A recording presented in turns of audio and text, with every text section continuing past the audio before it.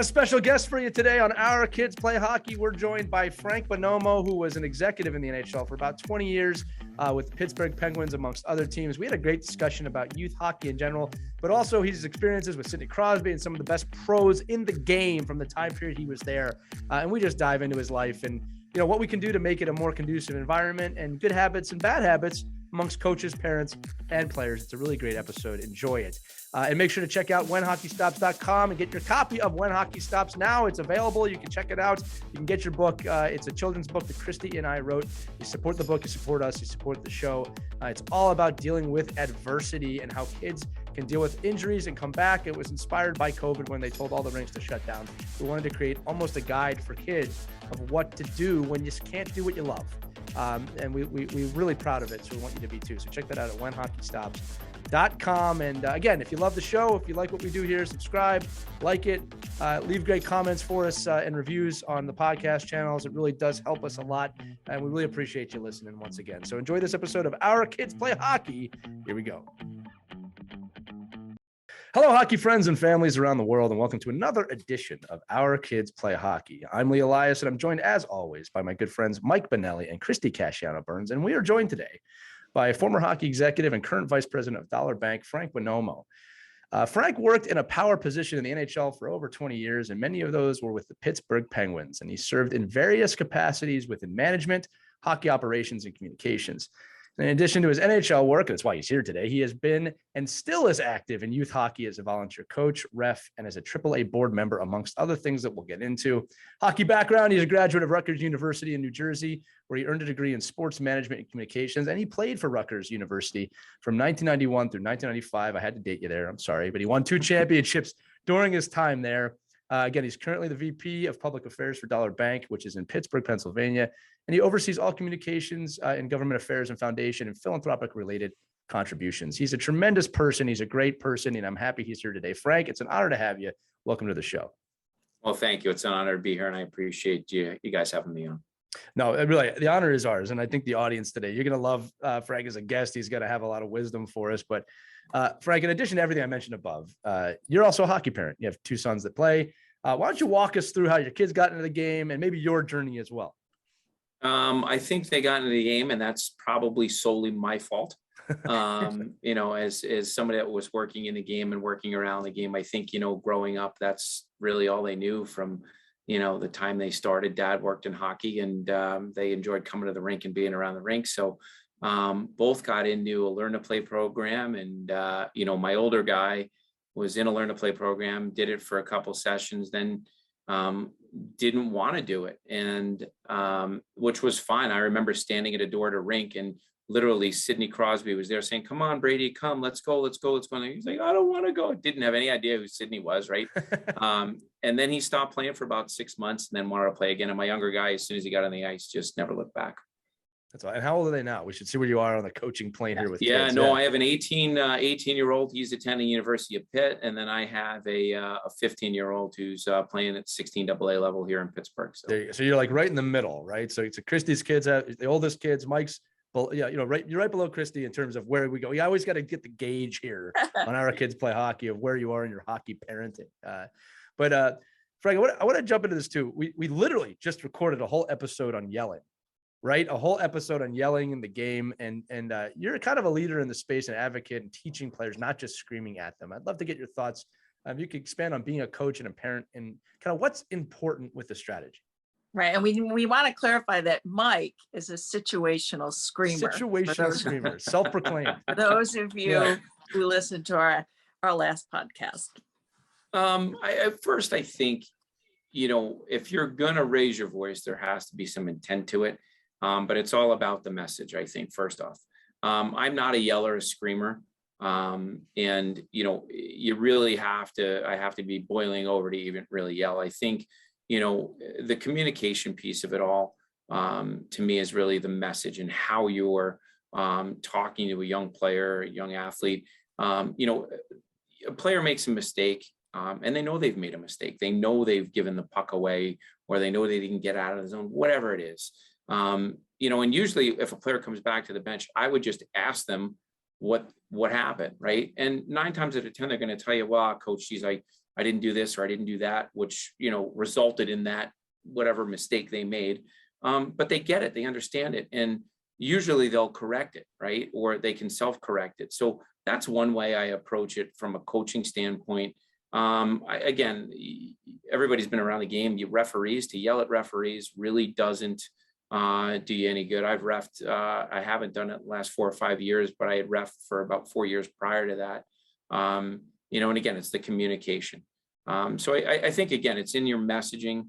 I guess Mike is a situational yeller, but there's times where you need to get somebody's attention and you need to do it. But I think it's how you deliver that message when you're yelling, right? It's not derogatory. It's not demeaning. But that's my perspective.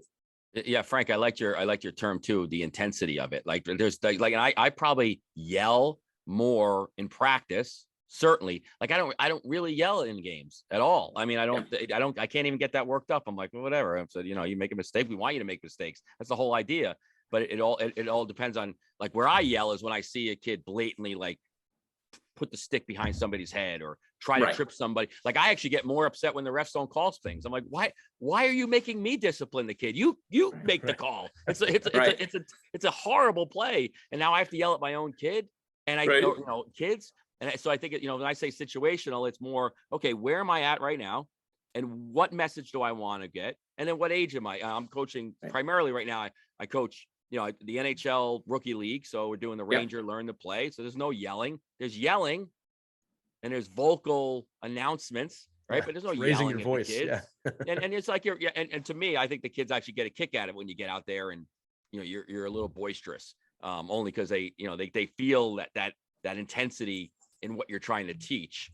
But they think you're having fun, right? But with the older kids, my 14U kids, there's a time and a place where, sometimes you got to, I use the terms, snapping it out of it and say, okay, let's go. Like, we've got to, you got to find a way. And I do think, Lee was talking earlier in an episode about, the music, and you see this at the pro level, right? When you had the coaches on the bench, the music's going, there's all kinds of stuff going on, and you're yelling you're really just trying to keep the attention to you. You're not really yelling. You're just giving the, hey boys, that's attaboy here. Let's go. You can't yell with a smile. I just thinking that right now. It's hard. And I laugh all the time now with this whole COVID thing and everybody's screaming and yelling with their masks on. There's no emotion anyway. Like, everybody just screaming and yelling. And my son's always yelling at me like, you can't keep taking your mask down and yelling. I go, well, how are you going to know if I'm yelling or not? So. Right. Well, I'm sure the people the players that I've coached over the years, they probably will tell you that, I yell. So I probably, might be, not 100% accurate, but you're right. You get on practice, there's an intensity level too, right?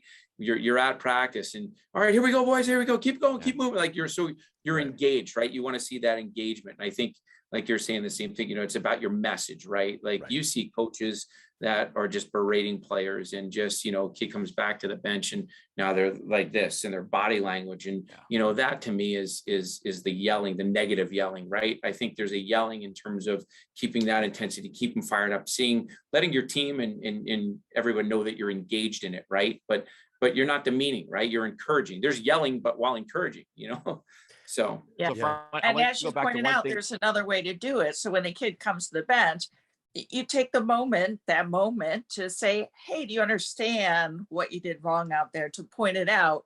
Chances are they know it before you even have to open up your mouth. But it is good to reinforce that learning process. Okay, let's learn from this. You went out there, you made a mistake. I'm not yelling at you, but we do want you to work on this, that we can do better, right? So you got to have that line of communication open. And I think it's everybody learns differently, right? As we all know. But the worst thing for a kid is we want to make this a fun experience for them, right? And I always say hockey's a game of mistakes. You minimize yours and you try to capitalize on theirs. And if you can do that, great. Like, and you watch an NHL game, they're making the same mistakes probably, and they're making them just at a faster rate of speed, but the mistakes are the same. Like, you look at a pro player that gives the puck up the middle and you're like, what were they thinking? Like, but then you have your 14-year-old make it and you're screaming at them. Like, it's just funny. It just makes you laugh. And then, parents are a whole different level.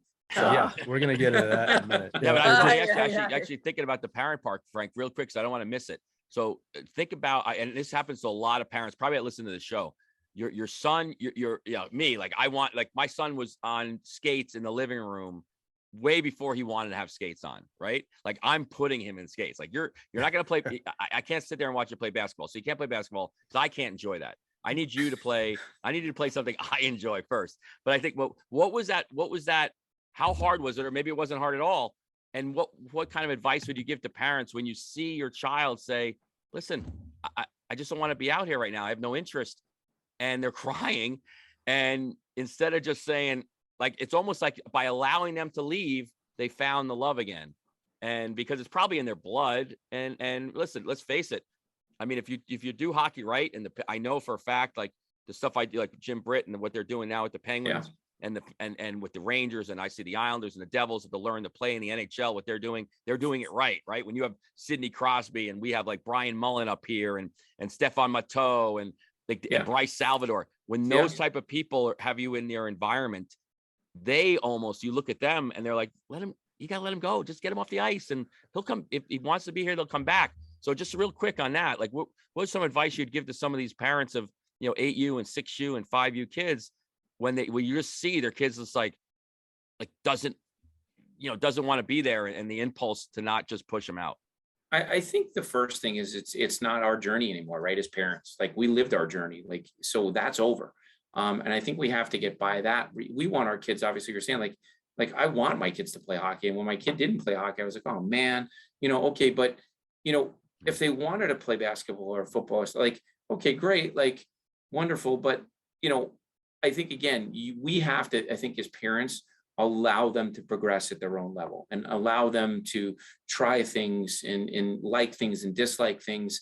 And I think that really played into me recognizing at that moment that my son didn't want to do this. So if you continue to force it, eat your broccoli, I don't like broccoli, right? Like it's, and if you continue to force to do things that they don't want to do, then they're not going to do it, and they're going to further resist it, right? So I think I found with my own son, like he came back to it because it wasn't going away in his life, right? He just kept seeing it. He knew I worked there. He was going to games. He would come to work with me. So the light bulb went off. So I think, again, be patient. Don't force your kids to do things they don't want to do. And listen, maybe it might not be for them, right? So maybe they want to play another sport. So that would be my advice to any parent out there. And your journey's over. Whether you're 14, your kid's 14 and they're in the stand and you're in the stands, it's not your journey. And guess what? Who you are as a person doesn't reflect the way your kid's playing or not playing. So, take a step back. That's a huge point. And, one of the things, and again, there's lots of different parenting styles, right? One of the things that my wife and I do is if our kid says they don't want to do something, we first thing we do is, okay, do they hate this or are they just not feeling it today? That's the first thing we kind of analyze, right?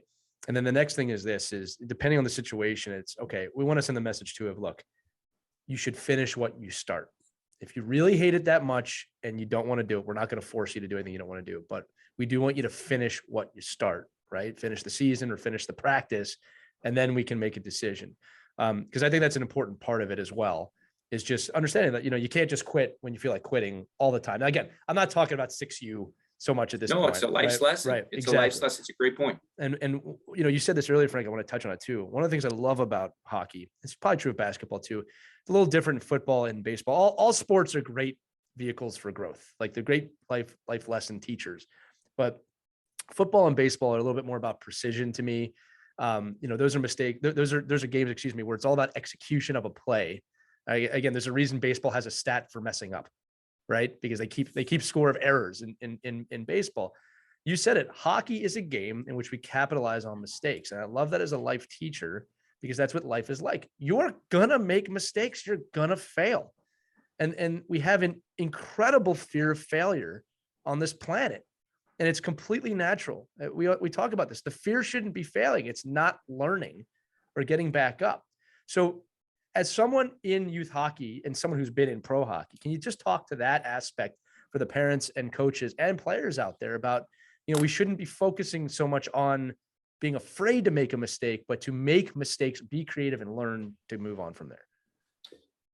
Yeah, one example comes to mind, and actually, I give my wife all the credit for it, because First of all, she's a behavior specialist. So I always say she's Jedi mind tricking me anyway. So, but we were watching our older son's game again. He was just years ago when he was younger. And I'm sitting there going, oh, he should have did this. Oh, he should have did that. Oh, why didn't he do it? And my wife looked at me and she's like, are you looking at the next shift with a player that's in the same position as him? Like, she's like, everybody is doing the same thing or making the same mistakes or having the same successes. So like, don't be so critical of each shift. And I'm like, okay, you're 100% right. Like, and I always think about that even till this day. Like, we watch our kids play hockey and we're like, oh, they should have did this. How come they were in this position? And then you watch the next shift and you've got kids doing the same things, right? So it's like, don't be so critical there of your own, like they're doing their best, right? They're not going out there saying, you know what? I'm really going to disappoint my parents today. I want to disappoint my coaches and I want to let down my teammates, right? That's not the mindset, right? They want to succeed. They want to do well for themselves. So that was just something that I just so vividly remember my wife kind of leveling that for me. And here I've been in the game. I was working in pro sports and she was like, hey, what are you doing? So anyway, but that was one. She brought some good clarity to that situation, something we all can learn. Now you mentioned Sidney Crosby. I got to go back to Sidney Crosby. Okay, I got a million questions for him. But one of the things that I want you to talk about is, okay, we all know he's gifted, super talented and all that, but it was his work ethic that I've heard so much about that really helped to make him an outstanding player. And that's something that all of our kids can learn from. No doubt. And, in talking about him specifically, I spent 6-7 years, every day watching him play and watching him practice, which I'm completely honored. And, along the way of working in NHL, I've come across some great players and great work ethics. But really, people say it all the time that this guy works harder than anybody else, and he does. But like, you watch things that Sidney does on the ice, and it's not like they just came to him too. I remember Tony Granato, assistant coach. He's coaching at the University of Wisconsin now. Just a great person. But in between, at the end of a practice or before a practice, if Sid went on early to practice certain skills, like I remember Tony at the end of practice just throwing pucks in Sidney's feet on purpose through the neutral zone, so he could pick them up with his feet or kick them up to his skate. And you watch Sidney play and he's wheeling through the neutral zone and somebody gives him a bad pass in his feet. He's able to kick it up, not break stride. It's on his stick and now it's a scoring chance. And, some of the stick plays, he would go out before everybody, would get to the rink and before practice started and work on skills and training. I remember this is one thing that I will remember for the rest of my life. He was out with a high ankle sprain. We had a day off on a Saturday. We still had the ice at the practice rink. And the night before he calls me, he says, hey, are you going to be at the rink tomorrow? I'm like, Sid, we have a day off. I'm like, he goes, I'm going to go down and skate anyway. I'm like, all right. I'm like, he's like, do you want to come on with me? And just, we'll do some drills. I'm 40 something years old at the time. I'm thinking to myself, what? So sure. I mean, I was so excited to do it. Right. Like, cause at the end of the day, we're all fans. Right. And there is a professionalism to what you do, but you're still a fan of the game. And he and I spent probably about a half hour, and I was probably, tired after about 10 minutes, but, he's like, do this or do that, or I want to practice this or that. And just some of the things there that he was practicing, normal hockey players don't practice. And then he was like, okay, listen, I really need you to put pressure on me in the corner. I'm like, Sid, listen, do you know if I hurt your ankle again, I'm going to get fired? I'm like, how about we don't do that? But again, like to your point, Christy, like, practice, right? And I always tell kids, like, you have a couple practices a week, like, great, you can practice and you can be on the ice and say, but it's the things you do away from the game, the habits that you possess away from the game. It's going out and shooting 100 pucks a day, or stick handling, or okay, maybe your backhand shots not, or maybe your agility, whatever it is, you've got to put in the work away from the game to be successful. So I've got an interesting follow-up to that. And Christy, I'm glad you transitioned into Crosby, because I'm gonna go almost a different direction with it. So, Frank, again, in your time in the league, you were around a lot of players that are going to be Hall of Famers sooner than later at this point. Maybe they're all towards the end of their careers at this point. But you were also around a lot of players that people don't know. A lot of NHL players, third, fourth liners that aren't going to get the recognition. Many of them who came up for a short period of time went back down to the A, right? Or the E too. lot of parents, a lot of coaches. You see what Sidney Crosby does. You see what Evgeny Malkin does. You see what these great players do. And I'm not saying that that's wrong, but sometimes I wonder about the players that we don't talk about and what makes them great to get to the NHL. You know, look, I don't like to talk about your kid's never going to make the NHL. If that's your kid's dream, they have a right to that dream. But I think we're unrealistic sometimes when we put a kid next to Sidney Crosby or we put a kid next to Connor McDavid. There's only one Sidney Crosby. There's only one Connor McDavid, right? And they're very gifted and they're very good people, by the way, right? What is it that we should be looking at as coaches, as parents, when we look to that top level, when we want to compare our kids to somebody else, which I don't even recommend doing. But you understand what I'm saying? Is like at the pro level, what are those things that you see that maybe the parents don't see? Because Sidney Crosby is a pretty high mark for anybody to meet. You know, and it happens once a generation. So I hope that's a clear question. Sorry. No, I think I understand the question. I think first, you know, I think young players, you got to compare yourself to you. Right. You can't even compare yourself to your line mate or somebody on another team.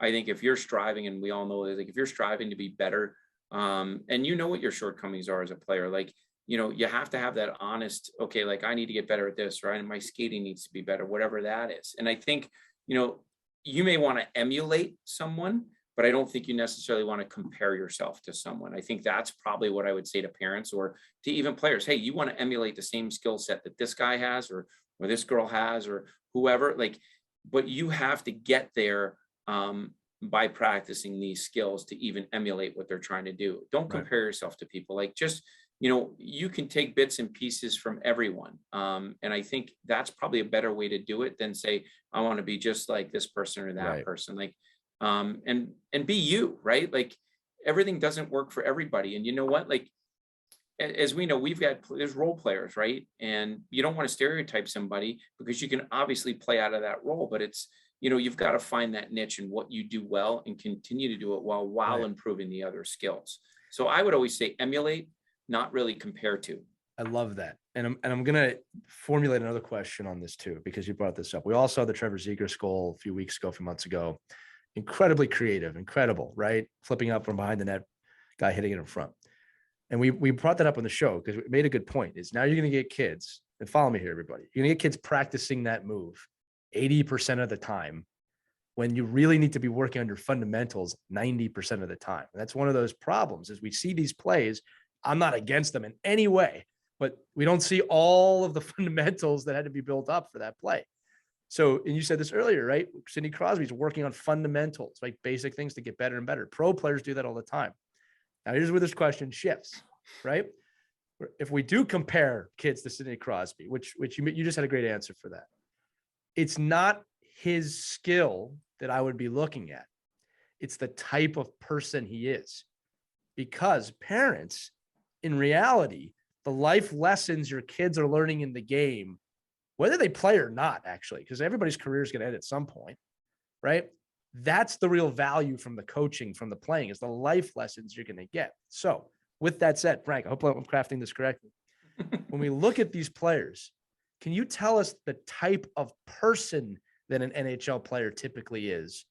Because I don't think a lot of people realize most of these guys are really good people. Like they have character that is just to the same limit as their skill. And I think it's important that we teach that aspect of Sidney Crosby's a type of person you want to emulate too, if you're going to go down that route.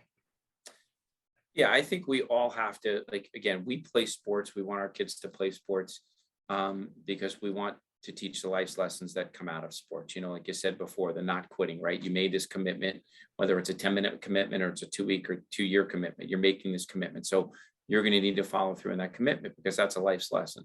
You know, you're going to deal with coaches and teammates that you like and dislike, right? So how do you deal with them when it translates into your school teacher or your kid in school or your boss or a colleague as you're going throughout your life? So those are, you know, like we all agree and we all know that those are the things that we want our kids to come out playing sports.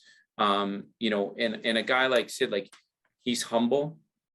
He doesn't take anything for granted. You know, he works, he's respectful. Like those are things that if you're going to compare yourself or you want to emulate to get to. Those are the character traits that, be generous, be humble, be kind. And we should be teaching those things, and we should be rewarding kids for those things. We had a bullying situation a couple of years back with an organization. I'm a safe sport rep, so I had to deal with that. In talking to this young man, he did point out, he said to me, player X and player Y, he goes, they are always nice to me. He goes, they always treat me right. They always stick up for me. And I made sure that at some point I pointed that out within that group, in some good ways. And I think, again, we need to reward the good behaviors. Right. I think a lot of times, we're so focused on the ice, but let's make sure that we're really rewarding kids and players for their being good people and doing good things within their locker rooms or with their teammates, or, maybe it's something away from the game, because Sid gives of his time, and does things behind the scenes that people don't ever see. And I think that is not just a Sidney Crosby thing. I think there's a lot of hockey players that do that, time in and time out. Yeah. So I want to stay on that theme for a second, because other than making sure that our kids are going to be good people, right, and be good, great stewards of life, which is we all want, whether they're playing sports or not, yeah. Right. We have a mutual friend, JB Spizo, and you went through training camp with the Penguins and what JB did for that group of young men at the time, right? Maybe you could tell a little bit about that piece of the Crosbys of the world and the Flurries and the, I think Letang maybe was even with that group. I don't know, but but even when they did like their preseason training camp at West Point, and the stuff that went into that, the character piece, like not just being nice, but leading. And maybe you could tell a little bit about that experience, from your perspective, looking at it from a executive and saying, wow, this guy is really, these are things that other programs aren't doing to put our kids, our men into a mindset of building great character on a team.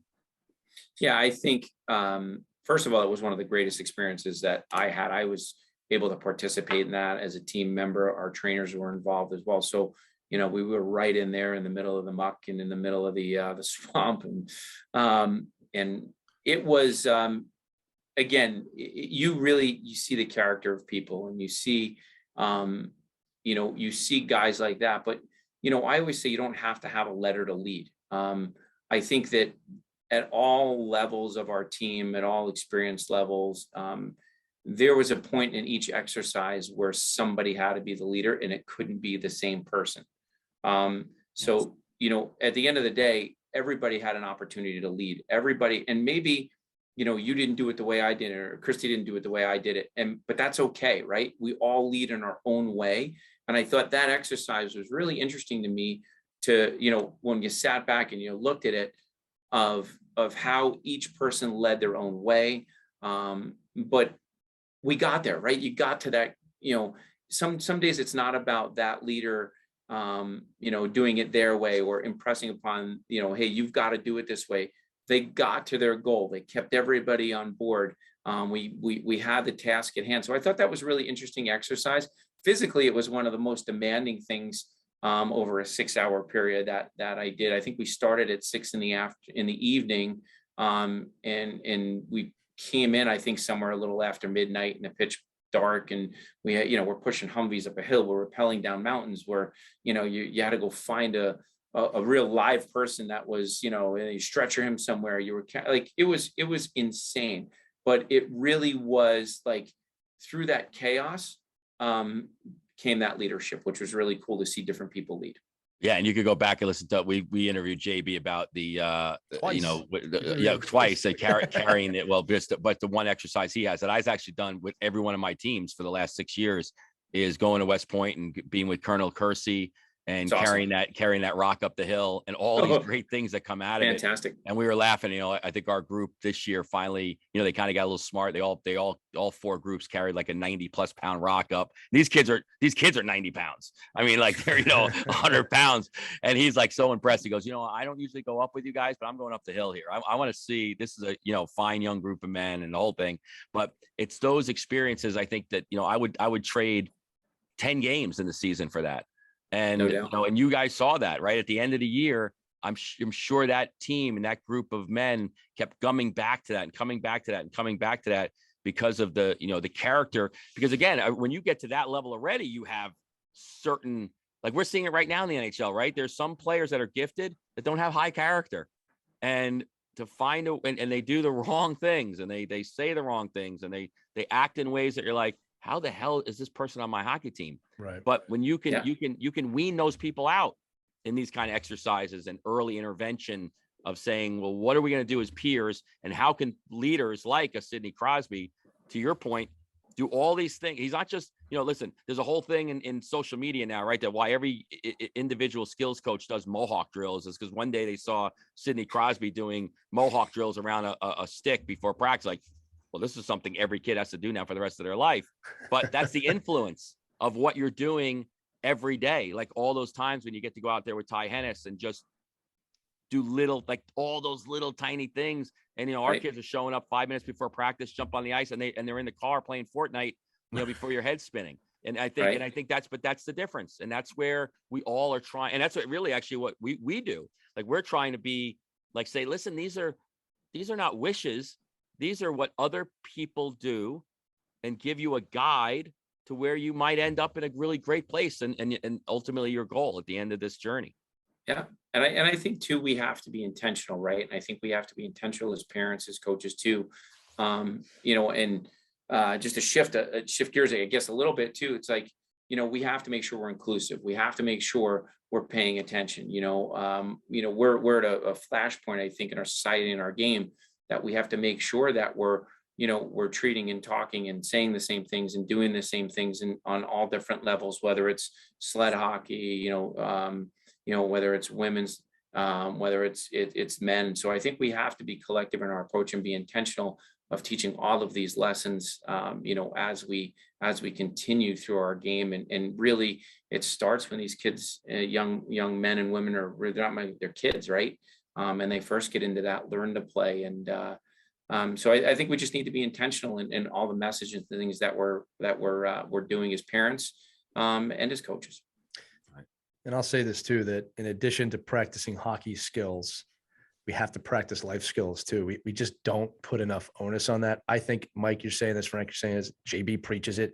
Team building is not something that really should not happen. It should be part of every season from 8U up in some form of those life lessons. Because how you get good at life, you practice and you mess up. It's the same thing as the game. We talked about this earlier. You can talk about character one season. Kid's not going to take that with him. But if we talk about character as an organization every year, and identity and communication and trust and all these keywords that are important in life, you do that for 10 years with a kid, he's going to have a gift bigger than hockey. Right. And hockey's a gift too. Don't get me wrong.